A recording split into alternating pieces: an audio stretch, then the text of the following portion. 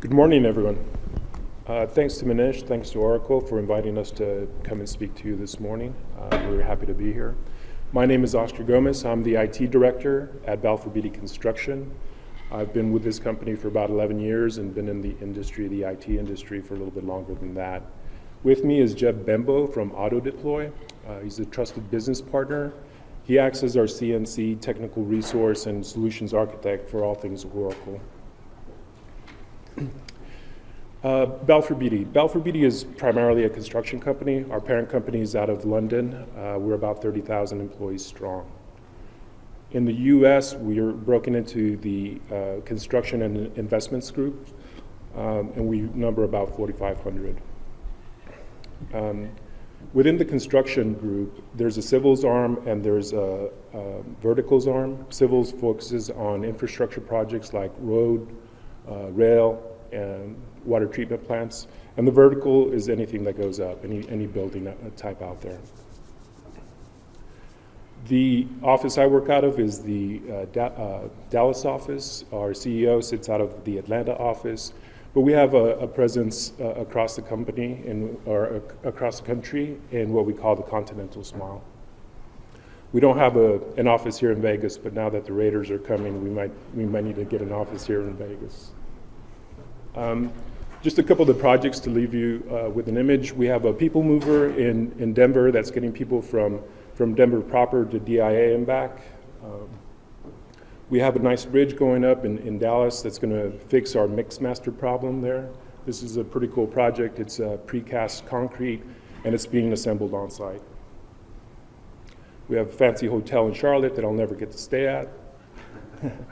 And the last one I'll leave you with is Parkland Hospital. We're very proud of this hospital. It's about 2 million square feet of usable space. It has 900 beds, state-of-the-art technology, a very cool cantilever design. And I like to think that it looks like a Borg ship. As far as JD Edwards, we've been a JD Edwards shop since 2008, and I think Jeb's been with us the whole time doing CNC work or conversion work or some kind of effort along the way. We just got done with an upgrade. We went from 9.1 to 9.2. It went fairly smooth, I like to think. We are hosted on Secure 24, so we pretty much run on-premise. Again, our partner is AutoDeploy and Secure 24. This is pretty much a timeline of some of the integration styles that we've used along the way. And just to allow us to pivot on this conversation, is anybody using SQL views out there? Yeah, about 100 of you? Okay, awesome. How about text batches? Anybody familiar with text batches? No? Okay. That was a big zero. RTE and business services? Okay. And what about the last one? Has anybody stood up AIS and is using some REST APIs yet? Oh, a couple of you. Couple. Oh, excellent. Well, 200. So digging into text batches, because I think SQL views are pretty self-explanatory, but text batches is a preferred integration style for file-based integrations. So any file that's coming in from a third party like Bank of America, Mercer, Towers Watson, Business Solver, we'll take that file and using our middleware tool called Jitterbit, which is a nice little tool that you may want to look into, we'll take that file, take it from the source system, the source location, whether that's an FTP site or something else, and we'll transport it over, and then we'll load it into a couple of tables. The text batch tables are the 007101, 00711. And from there, we'll allow a JD Edwards UBE to process that file, applying all the business rules and all the business functions that are necessary to make that file consumable by the system.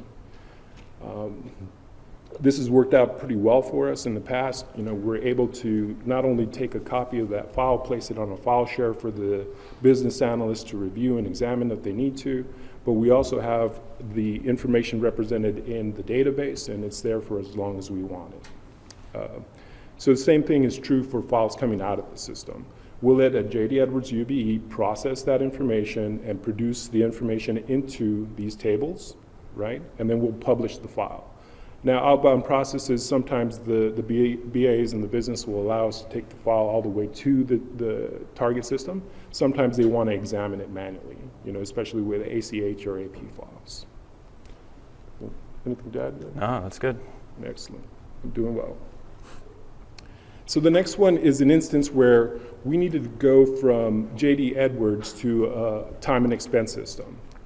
Many years ago, we were asked to install and stand up Deltek time and expense because it was CAS compliant, where JD Edwards was not so CAS compliant. So we were told by the business we needed to use this application, and we needed to seed it with all of our master data. So employee information had to go over there, business units, accounts, subledgers, all that had to be populated into this Deltek time and expense system so that the validations during data entry would be implemented. Jeb was instrumental in architecting the solution, so I'll let him describe it a little bit more. Yeah, so essentially it's a huge volume of data. We've replicated all of the business units, accounts, and employee information from JD Edwards into time and expense. It's a massive amount of data, so we can't send that on a periodic basis. We needed a way to trigger only the changes, move those deltas across the interface. So we stood up the real-time events and with the RTE server.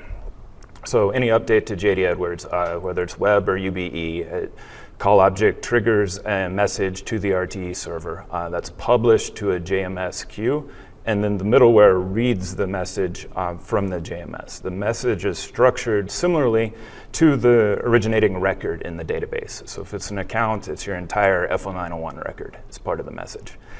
That doesn't really work for us. So we, in the middleware, we discard the bulk of the message and just use the key fields as a trigger to call back to some custom business services. The business services then format the data into an arrangement that's consumable by Deltek.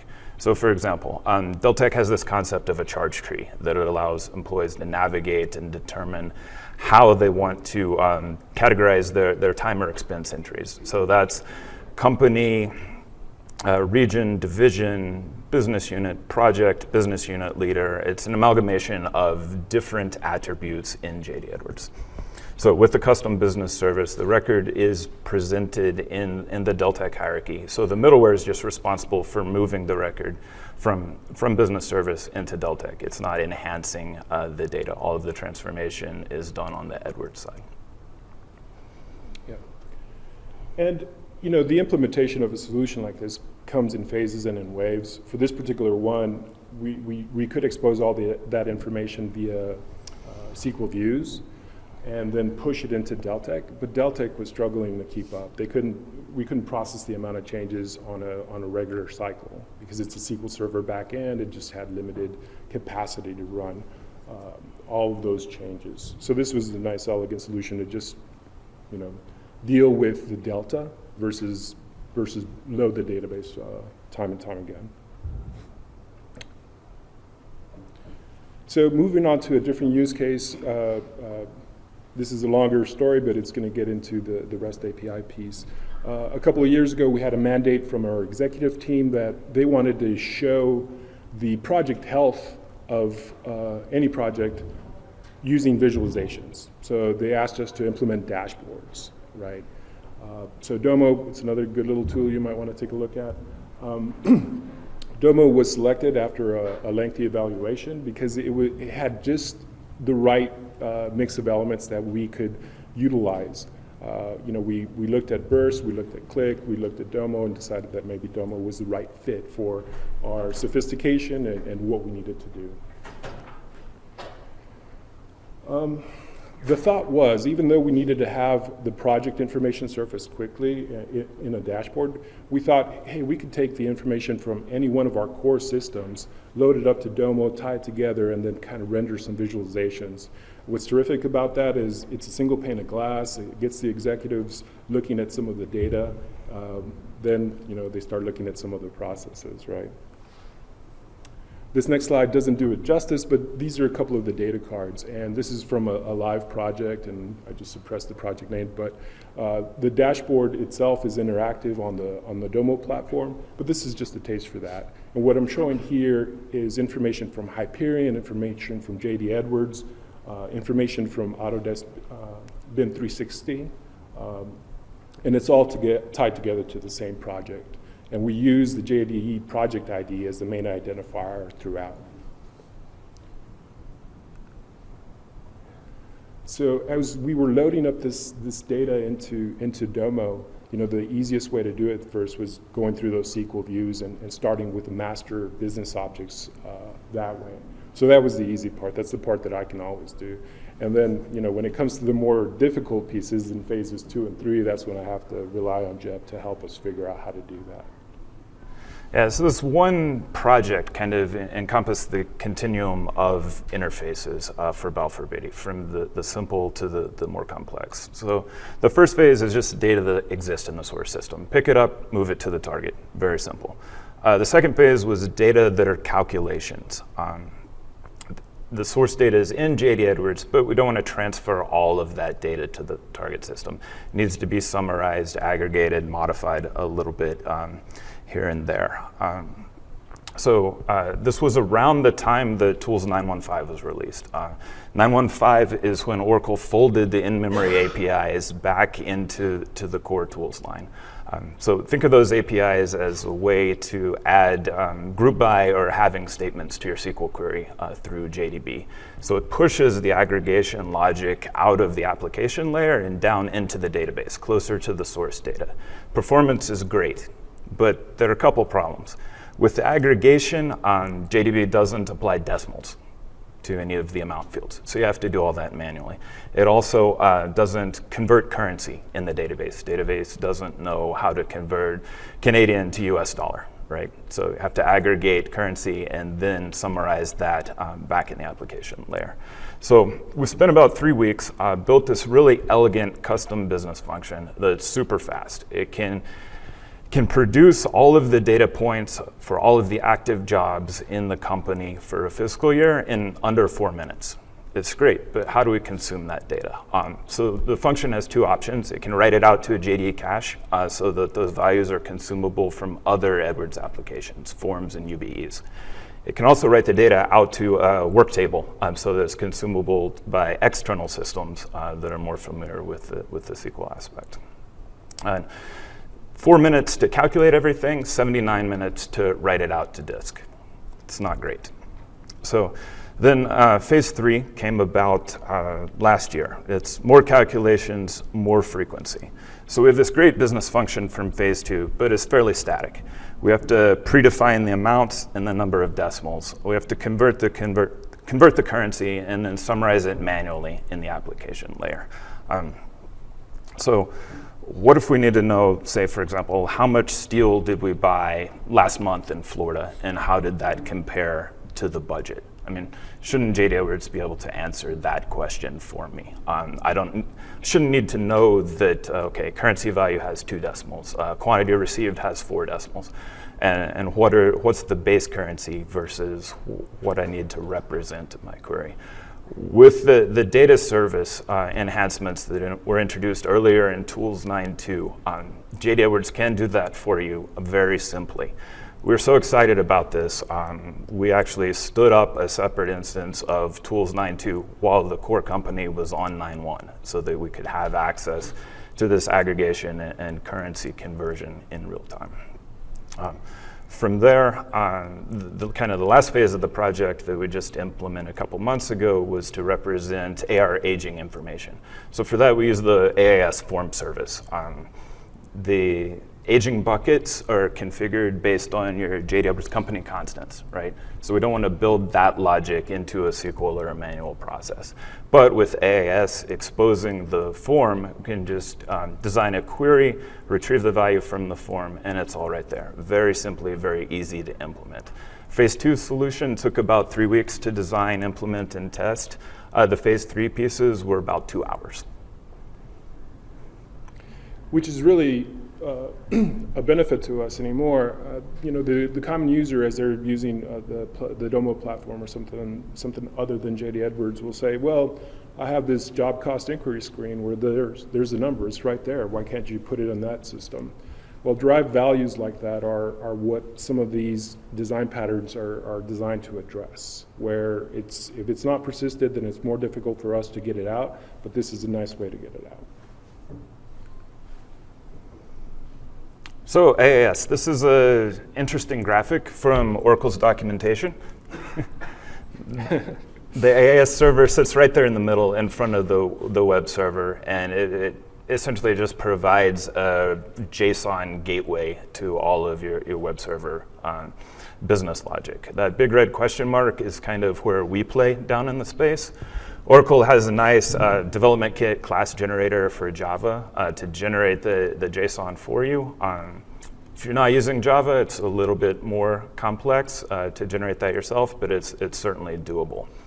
So in 9.2, there are just over 25,000 business functions. There's 6,000 UBEs. It's been very easy to call a UBE from an external system for many, many, many years.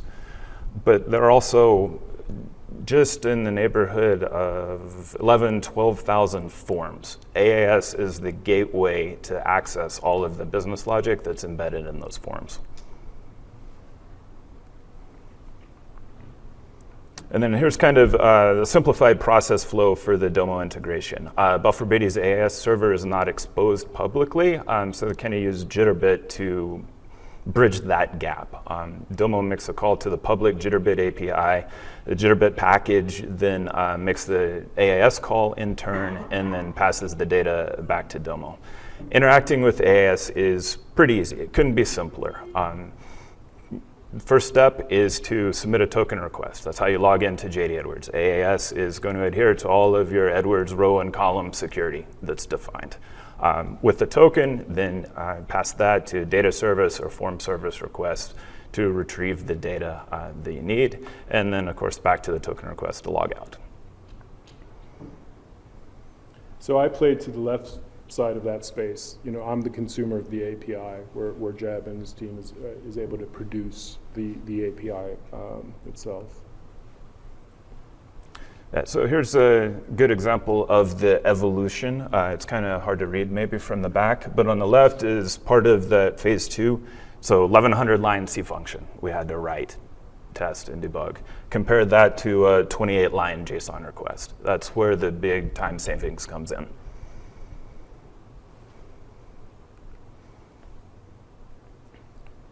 So basically our summary here. The challenges with moving data from one system to the other is that you get a different set of users that are going to critique the data quality, right? So that triggers this loop where your processes need to improve in order for your data to improve. So we saw that happen time and time again, whether it was in Deltek, back in the day, it's like, that's not my supervisor. Well, the source system says it is, so it must be true.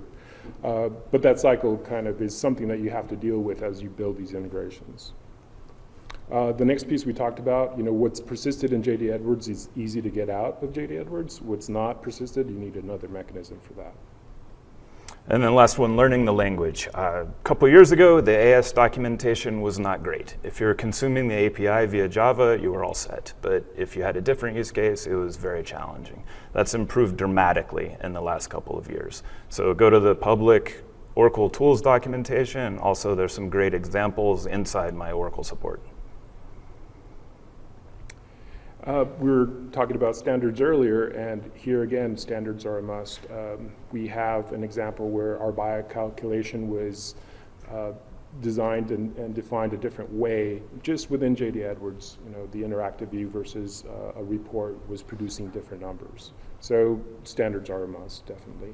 And even with the business, there's sometimes a challenge with certain terms that you would assume are just a given. Cache position is another situation where different groups disagree as to the definition and the calculation of that for us. So standards are always a must. Data volume, that's going to drive the integration style that you select. So that's a big consideration. And then something from FSR. Yeah, so form service request in AIS. Even though a user can go to the web server, hit go to end, and get a 100,000 record grid, AIS is only going to give you the first 2,000. It's a challenge, so make sure you size and dimension your requests accordingly. And the takeaways, basically, there are several options that Oracle has provided users to do some of these integrations. We've shown you a few, some of the ones that made sense for us. As is the case with DOMO, anytime you surface a new data point, they're just going to want it more and more often, so be prepared for that. The next one is write time versus real time. Early on I was thinking that the integration needed to be real time in order for it to be successful, but that's not always the case. Because of the projects that you saw before, it's on a cycle for us in the sense that we have to close the books on a monthly, quarterly, half-year, year schedule. So the information that they needed to have, for the most part, was a month old, right? So it was the right time to get that information. Because if they were tying out to some of the reports, it needed to be as of the last month's close. So just something for you to consider as you're doing this. It's not always necessary to have a real-time integration.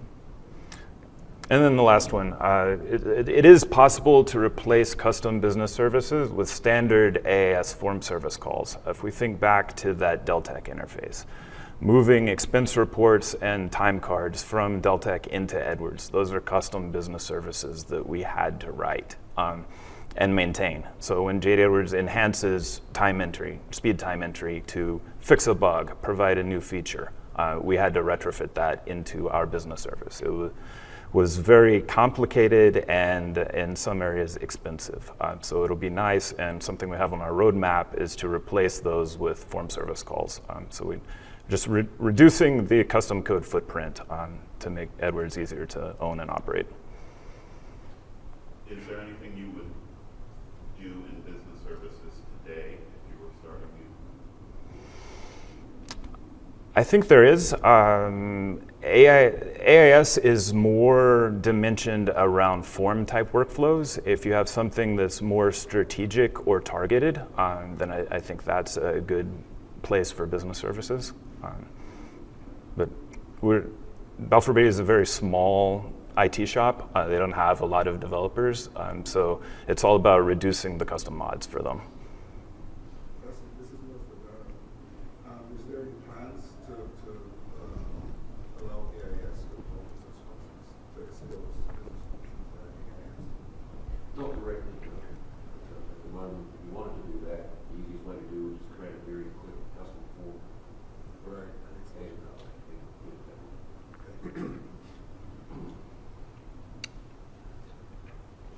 So terrific. As far as future plans, we're just going to increase the volume and the frequency of some of these calls, add to the catalog of API calls that are out there. I think you had a specific use case for the search that you were considering. Yeah, so Oracle have released this great E1 page that's a search interface into JD Edwards. It uses AIS calls via JavaScript on the back end. So out of the box, it searches tasks, so your menu tree, address book, and item master type information. We have plans to expand that more for our use case in the job cost area. And that's using AIS in the back end. And then also the last one, Excel. So at AutoDeploy, we're working on a project to build a plugin that allows the accountants to make AIS calls directly from Excel. Thank you.